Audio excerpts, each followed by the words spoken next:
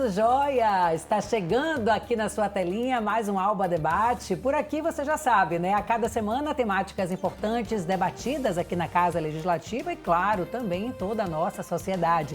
A ideia, gente, desse programa é te chamar para esse bate-papo. Hoje, especialmente, convido as mulheres que, sim, são aí convocadas a fazer diferença onde quer que seja e, por que não, na política. Olha só, fique atento aí a esses dados. De acordo com o IBGE, mais da metade da população brasileira, 51,13%, é feminina. E elas representam, segundo o Tribunal Superior Eleitoral, 53% do nosso eleitorado. Agora, pasmem. Elas ocupam hoje menos de 15% dos cargos eletivos. Por quê? Você tem essas respostas? Mulheres não se veem nesse local? Falta mulheres na política para nos inspirarmos? Eleger mais e mais mulheres é uma missão de todas, de todes e de todos nós. Por isso, este é o tema do nosso Alba Debate de hoje, desafios e direitos, da mulher na nossa política. E para falar sobre esse assunto, eu recebo as advogadas que estão aqui comigo hoje. A advogada Renata Deiró, que é presidente aí da Comissão de Proteção aos Direitos da Mulher, e também com a gente, Jordana Sá, que é especialista em direito eleitoral. Primeiro, meninas, boas-vindas, Obrigada por aceitar aqui o nosso convite para a gente falar deste tema que é tão importante. Tudo bom, Renata? Tudo bem, Milena. Obrigada. Eu que agradeço mais uma vez o convite de estar aqui com vocês na TV Alba. Jordana articulou a agenda de Brasília para Salvador e deu tempo para tudo. Seja bem-vinda. Muito obrigada. E é muito importante a gente estar aqui debatendo. E um prazer estar do lado de Renata. Sou muito fã dela, viu? Eita, que hoje, então, a gente vai ter um chamamento, para as mulheres, para os homens, para toda a sociedade, para trazer, essa reflexão. Eu costumo falar nas entrevistas que quanto mais a gente dá destaque a um tema, é uma forma também de acelerar essa mudança de dados. Chama muita atenção quando a gente vê a quantidade, o potencial que a gente tem nas urnas, não refletir em resultados positivos, eu digo, para a gente ter ali mulher nos representando. A gente conversava aqui nos bastidores, da necessidade da gente ter mulheres não falando de, políticas não falando de, mas falando sobre, Mulheres vão estar ali mostrando as reais necessidades, as nossas vivências, o que a gente precisa. E aí eu queria começar esse bate-papo refletindo um pouco desse problema. Por que a gente não tem tantas mulheres nos representando na política, Renata?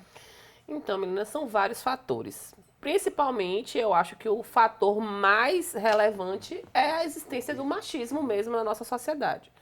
É como a gente se forma enquanto participação de homens e mulheres e quais os papéis que a gente desempenha e quais os papéis que são esperados daquele gênero, daquele sexo na sociedade. Se espera que o homem seja público, que o homem se lance à aventura, que o homem se lance à vida pública.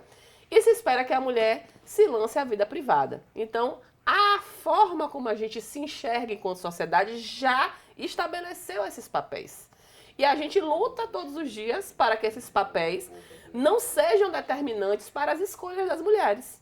Então, se a sociedade determina que a mulher deve cuidar da casa, dos filhos, da educação da família, do marido, e determina que ela fique nesse lugar, é muito difícil para uma mulher sair dessa posição, porque a sociedade vai cobrar a ela isso. Vai cobrar a ela que... E aí, a gente tem várias políticas públicas que favorecem a mulher estar nesses espaços. O feminismo vem aí das décadas passadas, do século passado, trazendo esse debate, trazendo as mulheres para o espaço público, mas a gente ainda não consegue fazer isso, porque ainda se cobra esse papel de participação da mulher na esfera privada. E quando os homens não compreendem isso e não dividem essas, digamos assim, esses papéis, essas tarefas que deveriam ser divididas por todos, as mulheres ficam sobrecarregadas e é muito difícil que ela se lance nessa vida pública, para a política. Então, o maior fator hoje determinante para que existam poucas mulheres é a existência do machismo e é nessa raiz que a gente tem que ir para que as mulheres se sintam pertencentes a esse espaço. Pois é, e ainda na última eleição a gente pôde colher esses resultados negativos. Aqui na Assembleia Legislativa da Bahia a gente teve, sim, de imediato, uma diminuição na bancada feminina, né? Se não fossem convocadas as suplentes, a gente teria hoje menos mulheres nos representando. Jordana, você que também tem essa avaliação, né, da participação da mulher na política, que é especialista, inclusive, em direito eleitoral, qual é a avaliação sua dessa questão? O que a gente pode fazer para mudar essa realidade? Apesar da gente ter tido uma grande evolução nas políticas sobre a representatividade das mulheres na política, a gente tem uma baixa efetivação do cumprimento dessas leis. Há constantes burlas à cota de gênero, as candidaturas laranja que prejudicam tanto as mulheres que estão nessas candidaturas como a chapa como um todo. E só garantir que as mulheres estejam presentes nas campanhas políticas não é suficiente. A gente precisa de reserva de cota de cadeira, a gente precisa que as anistias que vêm sendo aprovadas aí há 10 anos com relação aos percentuais que têm que ser destinados para as mulheres e para a qualificação dessas mulheres sejam realmente aplicadas, para que, de fato, a gente consiga pelo menos estar de igual para igual, que vai demorar muito, mas que a gente pelo menos tenha um mínimo de condições de estar disputando com os homens. Caso essas leis não sejam aplicadas de formas efetivas e caso a gente não tenha mais mulheres para que a gente consiga construir leis de mulheres para as mulheres, a dificuldade vai continuar e nós vamos continuar mantendo o nosso padrão. Tem estudos que dizem que são 120 anos para que a gente consiga ter a paridade de gênero na sociedade. E isso é inaceitável. A gente quer ver, né? A gente quer vivenciar essa mudança. Você que está em casa, imagino, né? Que também queira fazer parte dessa mudança. Já que elas falaram um pouquinho aqui de lei, vamos trazer uma lei específica, né? 14.192, que é de 2021. E aí já serve de informação, de conteúdo para você que está em casa anotar, depois ir lá pesquisar no Google sobre este assunto. Essa lei, gente, estabelece normas, né? Para prevenir, para reprimir e para combater a violência política contra a mulher. A gente tem casos, né? Se a gente for pegar aqui na nossa Bahia tem Perla, né? Não sei se vocês que estão em casa conhecem, mas pesquisem. Vereadora de Muritiba. A gente tem Eliana Gonzaga, prefeita de Cachoeira e tantas outras mulheres, né? Que foram aí, né? Sofrendo esses efeitos de uma lei que não é cumprida.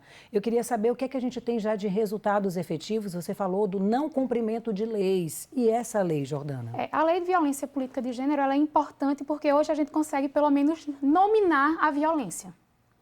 Principal a gente saber que o silenciamento de mulher é violência, que o não cumprimento das cotas de verba eleitoral e partidária é violência contra a mulher, que simplesmente o fato de desligar um microfone em uma sessão plenária é violência. Em Camaçari, uma vereadora simplesmente teve a placa arrancada porque o vereador não queria que ela sentasse naquele local onde ela costumava sentar. Isso não é feito com os homens. Então, a aplicação da lei vem sendo gradativamente, sim, aplicada, mas há uma necessidade também de que haja as denúncias. Como é uma lei nova, existem também os aprimoramentos, muitas pessoas simplesmente não denunciam porque não sabem nem aonde vão fazer essa denúncia. O Ministério Público Eleitoral aqui da Bahia já tem um canal de atendimento.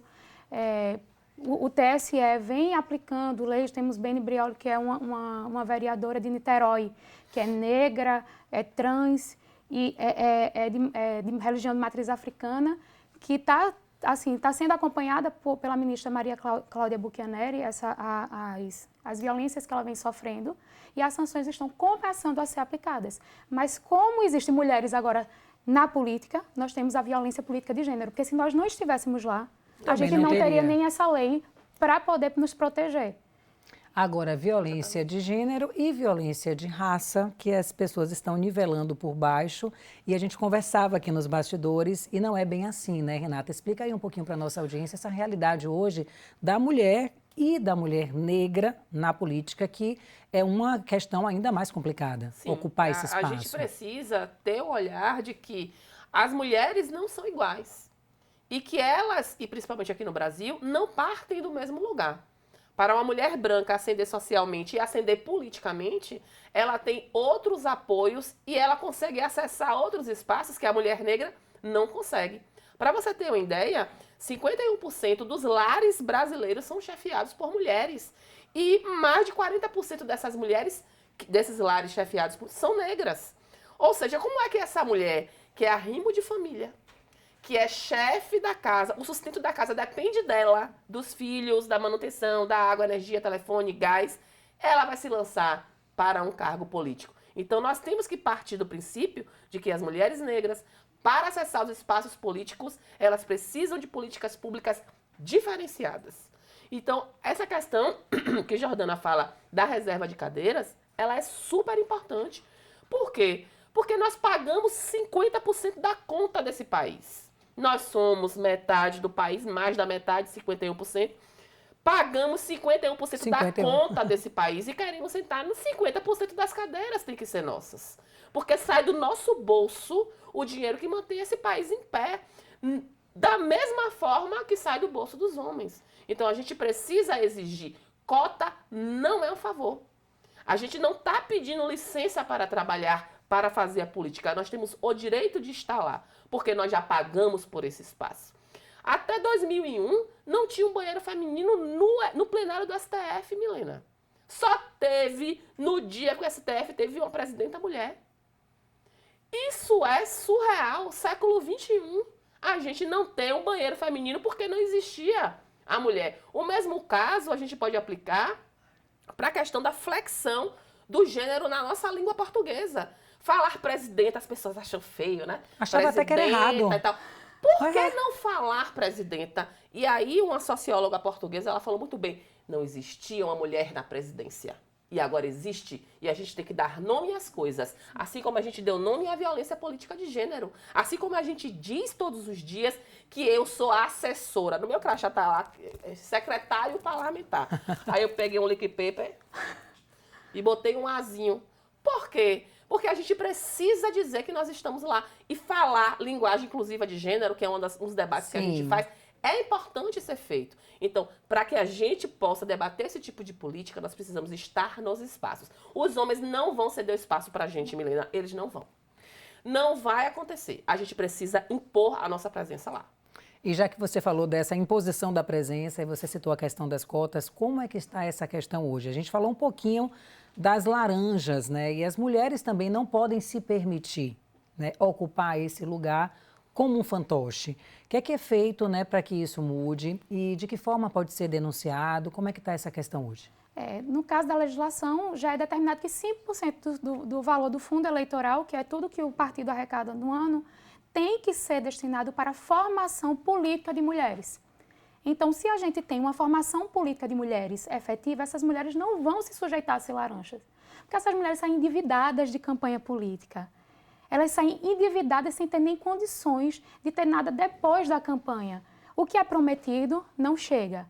E mesmo já tendo a legislação, é necessário que se fiscalize a aplicação. E como é que vai ser fiscalizado? A gente precisa de mulheres para fiscalizar a aplicação. Lógico que a gente quer que os homens sejam por nós também, lógico. Sim, ninguém está aqui... Está pedindo. É um pedido. É um pedido. Precisamos dos porque homens. Porque existe a lei e a gente precisa que essa lei seja aplicada. Mas é fato que eles não nos querem nos espaços de liderança e poder. Infelizmente, a gente tem essa noção que não nos querem em espaços de liderança e poder. O resultado é diferente. Quando você tem mulher cuidando, o resultado é diferente. Porque nós, por essência, somos cuidadoras. E quando a gente está em um cargo público, uma mulher que governa, ela não governa só para a mulher. Porque, normalmente, ela é mãe, ela é filha, ela é esposa. A percepção então, onde outra, tem uma né? mulher governando, o local ele é um local muito mais bem gerido, porque nós temos uma visão muito melhor. A gente não é melhor, a gente só faz diferente. A gente não quer ser igual A gente não quer. Nós somos diferentes. A mulher resgata o pertencimento. Quando você tem uma mulher na política, a mulher ela faz política com a população. Ela não faz para a população. A grande maioria das mulheres hoje que trabalham, elas têm uma visão muito mais ampla do resultado que ela quer trazer. E isso é muito importante. Mas a gente precisa de fiscalização e aplicação. E só com mais mulheres nesses espaços, para que a gente consiga efetivar toda a legislação que está vindo e está se aprimorando. Pois é, e a ideia, né, de convidar duas mulheres representando aqui essa questão, né, das advogadas, do direito, explicando as leis hoje, é justamente essa: conscientizar você, mulher que está em casa, os homens também, né, da importância da gente mudar essa realidade, melhorar os nossos números e melhorar a participação feminina na política. Você que está em casa, continue com a gente, o intervalo é rapidinho, já já a gente volta e continua aí falando desse assunto. Rapidinho.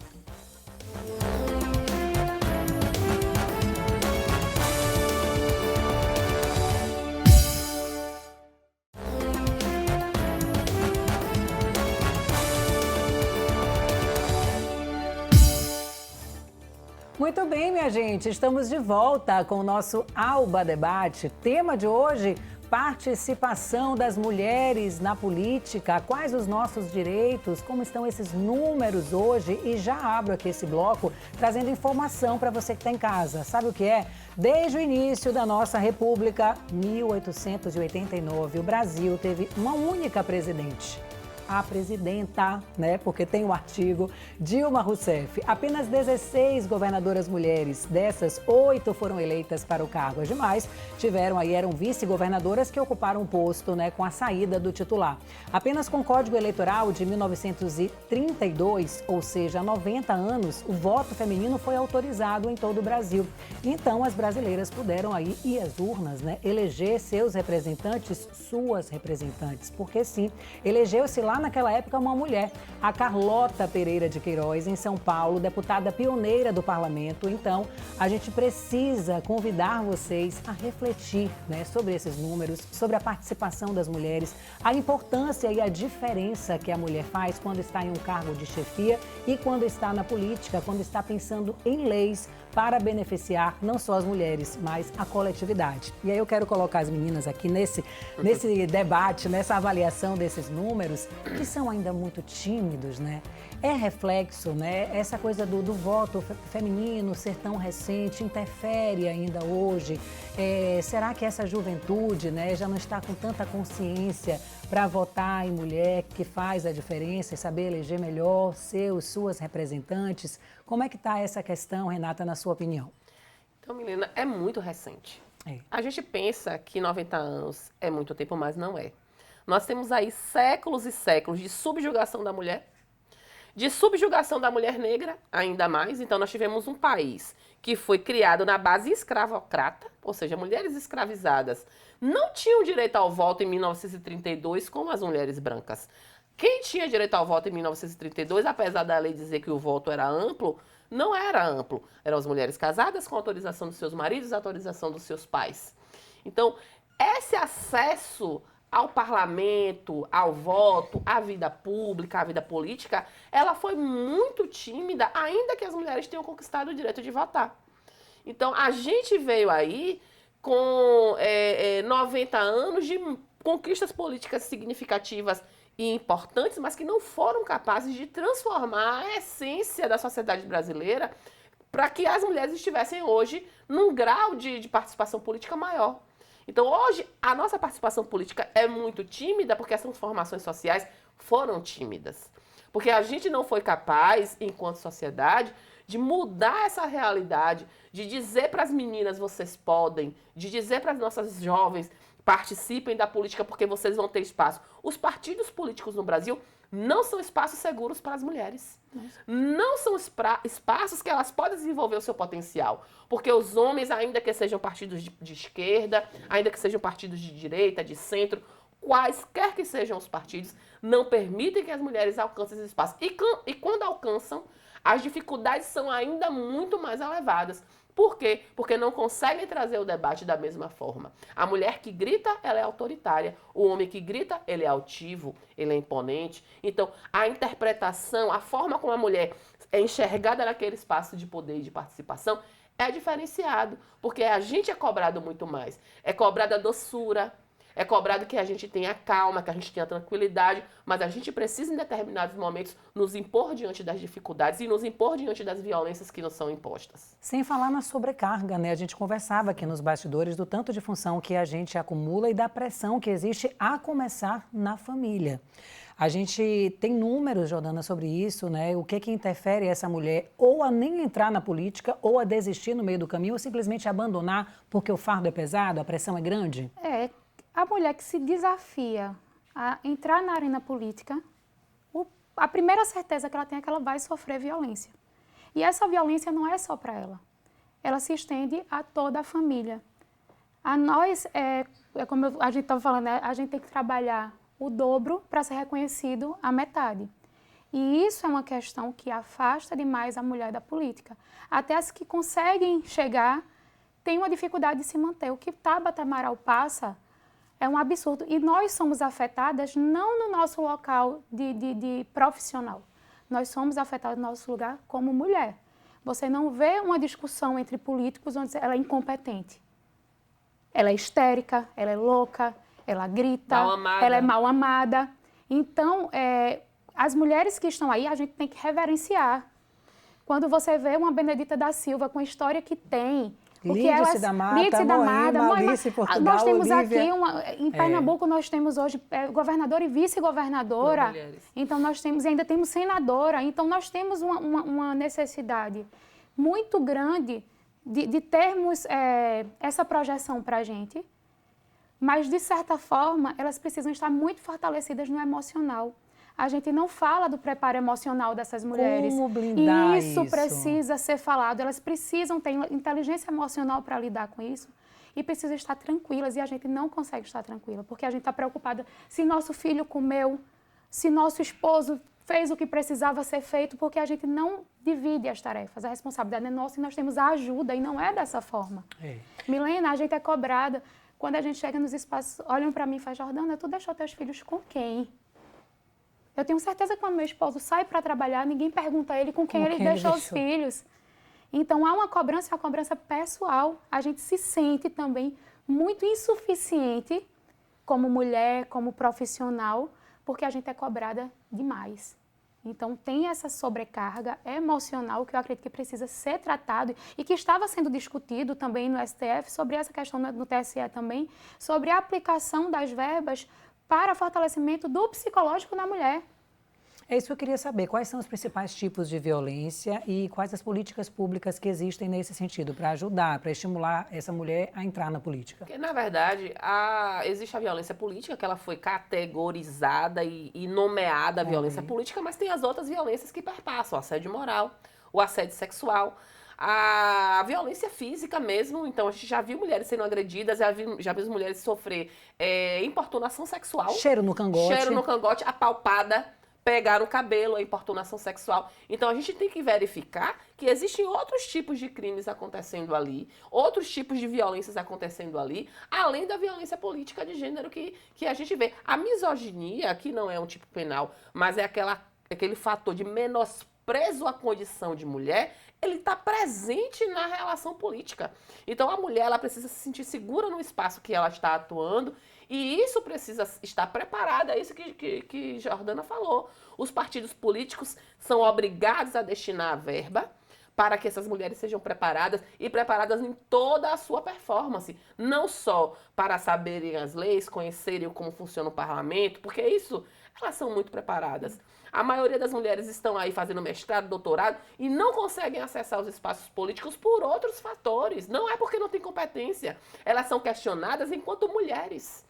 Elas são questionadas enquanto mães. O espaço político precisa ser um espaço saudável para mães. Gente, quem vai produzir o futuro desse país são as mulheres. Sem as mulheres não tem filhos, sem filhos não tem futuro. Então a gente tem que proteger a maternidade. Eu falo sempre isso nas minhas palestras. Eu sou mãe.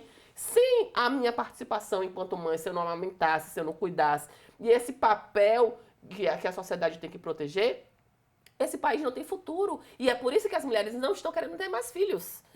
Conheço várias colegas, né, com 30, 35 anos, 25 anos, não querem ter filhos, casadas. Que o pacto social feito com o seu companheiro eu não vou ter filhos. Porque se eu tiver filhos, eu tenho que abrir mão da minha carreira. E elas não veem nos seus parceiros aquela parceria que poderia gerar uma divisão do trabalho doméstico e familiar capaz de manter ela na sua profissão, no seu cargo político. Então, elas ou têm um filho só, e aí a gente vê um envelhecimento da população, ou não querem ter filhos. Porque ter filho precisa ter políticas públicas, ou seja, licença maternidade estendida, hoje é 4 meses. Algumas empresas aí tem a empresa cidadã que tem os 6 meses de licença maternidade. Licença paternidade de 20 dias, eram 5 dias, agora é 20. O que é que você faz em 20 dias? Enquanto muitos países estão evoluindo para dividir a licença maternidade e paternidade de forma igual, olha, a mulher vai ficar 4 meses, depois os outros 4 meses é o homem que vai ficar com o filho, com o bebê, até o bebê ter 1 ano e poder ir para uma escola, e aí a gente vai ter uma política de creche. Exato. A gente vai ter, então, a gente precisa não só que a mulher tenha acesso à política, mas que ela possa permanecer na política. E ela não tenha que abrir mão daquela eleição de deputada que ela ganhou, daquela eleição de prefeita que ela ganhou, daquela eleição de vereadora que ela ganhou, porque às vezes ela é uma puta líder comunitária, desculpa o palavrão, uma líder comunitária reconhecida, se candidata a vereadora de uma cidade, cumpre o mandato e recua. A Jacinda, né, que foi... É importante falar que as vereadoras, deputadas não têm direito à licença maternidade. Exatamente, ainda tem não isso. Tem não direito. tem. Você vê Talíria levando o filho para ser amamentado. Foi para o Fantástico, quando hoje ela é prefeita de Palmas, Tocantins, Cíntia, amamentava o filho no seu gabinete. Foi parar no Fantástico para a gente ter noção. A gente não tem licença. Como a gente vai aproximar? É fisiológico. Os homens não podem parir. Se só as mulheres podem garantir o futuro dessa humanidade, as políticas públicas voltadas para as mulheres têm que ser diferentes. Porque a gente tem que garantir que as mulheres estejam lá.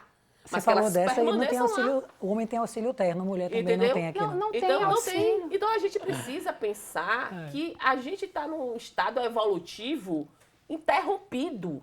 Quando a gente devia estar discutindo ir para a Lua, ir para Marte, viagem no tempo, e teletransporte, a gente está discutindo licença maternidade, a gente está discutindo políticas públicas primordiais, essenciais e principiológicas básicas, que a gente deveria estar em outro patamar de discussão. Então, é evolutivo para a humanidade que as mulheres tenham maior participação social e a humanidade precisa pagar o preço. E como é que a gente paga o preço? Com dinheiro, com investimento, com política pública. É assim que a gente paga o preço. Você está disposto a pagar esse preço, hein? Você que está aí acompanhando a gente, você mulher, quer ser desafiada também a ocupar um lugar na política? Não é só coisa triste, não. Tem notícia positiva aqui, tá? Principalmente para o meu Nordeste, minha gente. Sim, vamos falar um pouquinho dessa força do Nordeste neste contexto. Números do Rio Grande do Norte. O estado nordestino é pioneiro em participação feminina na política. Foi o primeiro, lá em 1927, a autorizar as mulheres a votarem, serem votadas. Também foi em 1928, o primeiro do país a eleger uma prefeita, Alzira Soriano, lá na cidade de Lages. Que bacana, né? A gente ter aí o Nordeste também levantando essa bandeira da participação feminina. A gente já está no final, mas eu queria trazer um pouco esse debate para a gente finalizar. Como é que está essa realidade feminina na política aqui na Bahia? Tem boas mulheres aí concorrendo, né, para os cargos que a gente vai ter, eleição aí municipal, vereadoras concorrendo, prefeitas concorrendo com reais chances, né, de serem eleitas. A gente espera que as mulheres tenham o espaço reconhecido devido nas próximas eleições. Que não seja um convite apenas para constar cotas. Que não sejam apenas as vices. Isso. E que não seja apenas para cumprir cotas. A gente quer que os partidos reconheçam e assumam a responsabilidade evolutiva que eles têm com o nosso país. E a gente precisa que as mulheres tanto se encorajem, e a gente está aqui para isso, olha, estamos juntas. Eu só voto mulher. Para prefeito, deputada, só se não tiver uma candidata mulher. Então, a gente precisa reconhecer, precisa estar junto, colada e ajudar e colaborar, mas a gente precisa que as políticas públicas funcionem. Nada de anistia. Não, Jordana? Não há anistia, porque a anistia só vai afastar as mulheres boas dos cargos eletivos. O novo lobby do batom, como foi o resultado? Com mais uma possibilidade da anistia, que chegou aí, que é a 10ª. Há 10 anos nós vemos anistiando os partidos que não cumprem a cota. Então você penaliza duas vezes, você penaliza quem se lançou no desafio político e você penaliza as próximas pessoas que virão. Então, o que foi que nós precisamos nos movimentar? Eu faço parte da Quero Você Eleita, sou coordenadora executiva, nós somos uma startup de impacto social para potencializar as mulheres no espaço de liderança e poder. E nós nos unimos com várias instituições, com várias iniciativas para tentar estabelecer pelo menos uma mesa de diálogo com esses homens. Porque até as próprias mulheres estão sendo induzidas pelos partidos a assinarem essa anistia. É mais uma violência. É mais uma violência. Coagidas, São né? coagidas. São coagidas. Então, nós precisamos, enquanto sociedade civil e organizações, nos movimentar para que isso não ocorra mais uma vez. Tendo em consideração de que há uma grande possibilidade de que ocorra, mas que a gente tenha uma contrapartida. Não adianta só anistiar, porque realmente há uma perda de verbas, então todo o ecossistema ele realmente se fragiliza, mas a gente precisa de reserva de cadeiras, a gente precisa que a anistia não seja mais colocada, porque a anistia seria por causa de uma eventualidade, uma lei nova, mas são 10 anos de anistia. Como é que Já você deu não tempo, consegue né, de aplicar? se adaptar, de cumprir Então essas... é porque não quer. Então, o mínimo que a gente quer é a reserva de cadeiras, porque a gente precisa estar nos espaços de liderança e poder e precisa estar de forma eficiente e autossustentável. A mulher precisa estar completa, inteira, para desenvolver todas as potencialidades que ela tem. Pois é, minha gente, vocês que estão aí acompanhando a nossa programação hoje, mulheres e homens podem fazer a diferença, podem fazer com que mais mulheres ocupem esses cargos de chefia. A gente vai ter eleições aí, você vai poder eleger seu prefeito, seu vereador, sua vereadora. E é nesta hora, né, que o seu voto, que a sua vontade tem um verdadeiro valor e um verdadeiro poder. Então é hora de pesquisar a respeito, né, desses candidatos e candidatas e dar oportunidade às mulheres para que a gente tenha aí essa mudança, né? Acelere aí esses números. 120 anos para a gente ter essa equiparação é muito tempo. E as mulheres precisam fazer a diferença. Quero agradecer a presença dessas duas mulheres que fazem a diferença aí nas áreas de atuação. A gente sempre conversa nos bastidores, né, nas redes sociais ou aqui em entrevistas. E é muito bacana porque é um trabalho que estimula, né? Mulheres se veem ali com essa fala de vocês. Então, obrigada por terem aceitado o convite, né, de pronto, para a gente contagiar mais mulheres aqui a pensar na política e na participação feminina, meninas. Eu que agradeço e estamos juntas, né? Sempre as atividades que tanto a Comissão de Direito Eleitoral como a Comissão da Mulher, que a OAB proporciona, a gente sempre está falando sobre isso. E falar sobre isso é importante em todos os momentos. Não só nas eleições, mas durante todo o período para que as mulheres tanto possam se encorajar como ter um apoio político. A OAB é um espaço também de desenvolvimento da política e lá também a gente briga por esse espaço. Então, mulheres, tenham coragem, participem, venham porque a gente tem como dar apoio sim. Pois é, e eu trago aqui, né, uma mensagem de uma cantora do Recôncavo Baiano, que é Suede Nunes, e que ela traz a música dela, que é Povoada, né? Aquela povoada, quem falou queimando o sol? Nessa terra, nesse chão de meu Deus, sou uma, mas não sou só. E é isso que a gente quer trazer para você. Você é uma, mas você não é só. As mulheres precisam estar presentes na política, em qualquer espaço de liderança e poder. Juntas, fazendo a diferença. Obrigada pela presença, obrigada pela companhia e audiência de vocês. Semana que vem, mais uma temática especialíssima aqui no nosso Alba Debate. Claro, a gente quer a sua participação também através das nossas redes sociais. Vai lá no nosso Instagram, vai lá no youtube.com/TVAlba, clica em playlist e aí você vai poder acompanhar todos os outros conteúdos aqui do nosso Alba Debate, tá bom? Até a próxima. Tchau, tchau.